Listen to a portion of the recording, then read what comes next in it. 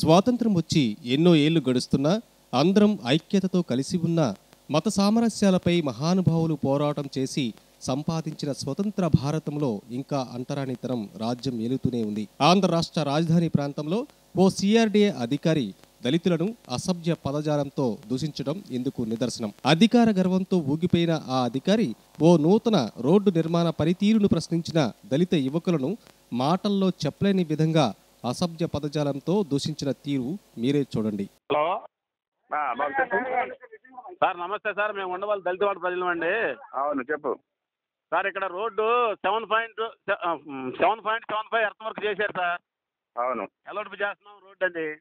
అయితే అందులో 4 metres CC road వేస్తాము, 0.6 వాల్స్ వేస్తాము అని చెబుతున్నారు సార్. చదువుకున్నావా నువ్వు?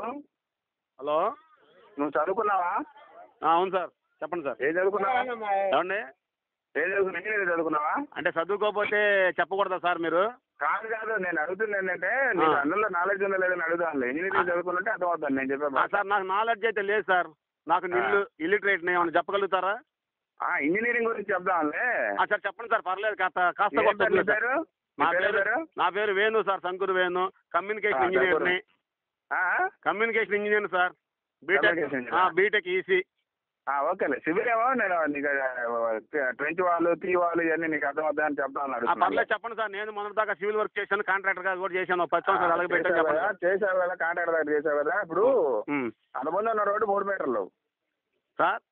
అంతకుముందు ఉన్న రోడ్డు 3 మీటర్లు లేదు సార్, 3.5. 3.5 మీటర్. 3.5 ఏంటంటే మామూలుగా ఈ ఆర్ఎంబి నామ్స్ ప్రకారం 4.6 పెట్టాము. 4.6 పెట్టాము. దాని ప్రకారం ఎస్టిమేట్ శాంక్షన్ అయింది. దాని ప్రకారం వర్క్ చేస్తున్నాం. ఇప్పుడు మీకు ఎంత కావాలి? పెడితే ఎంత కావాలా? మాకు 5.6 అడుగుతున్నాం సార్. 5.6 అంటే కింద బెరమ్స్ అన్ని కూడా కింద నుంచి స్ట్రెంత్ చేసుకోండి, స్ట్రెంత్ చేసుకుంటూ రావాలా. సార్ మీరు చెప్పింది కరెక్ట్. మేము చెప్పేది ఏంటంటే ఇప్పుడు ఆల్రెడీ నేను చెప్పేది ఒక నిమిషం నువ్వు చెప్పింది విన్నాను కానీ ఒక నిమిషం నా మాట. నేను చెప్పలేదు సార్, మీరే చెబుతుంటే అన్నా. నేను ఇంకా నాది పూర్తవునాయి. పూర్తయినాక మాట్లాడు.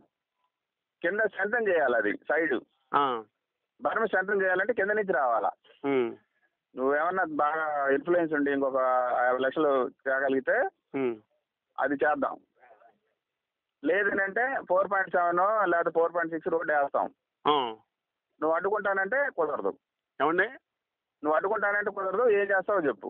అడ్డుకుంటా అంటే కుదరదు కాదు సార్. మీరు అనేది ఏంటంటే సైడ్ బరమ్స్ కోసం స్ట్రెంత్ చేయాలంటున్నారు.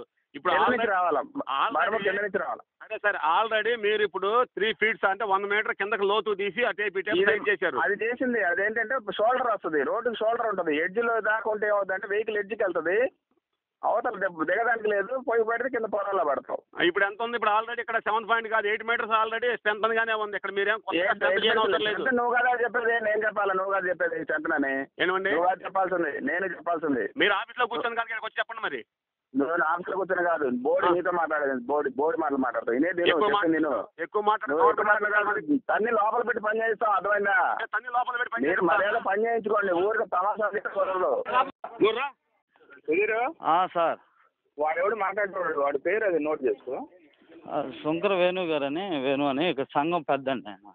ఏంటి ఆయన ఎస్సీ అతను? అవును సార్, అవును. ఇంకెవరు ఉన్నారు? ఊరి జనాలు అందరూ ఉన్నారు సార్. ఊరు జనాలు కదా, ఎస్సీ కాలనీ వాళ్ళు కదా ఉంది? అవును సార్, అవును.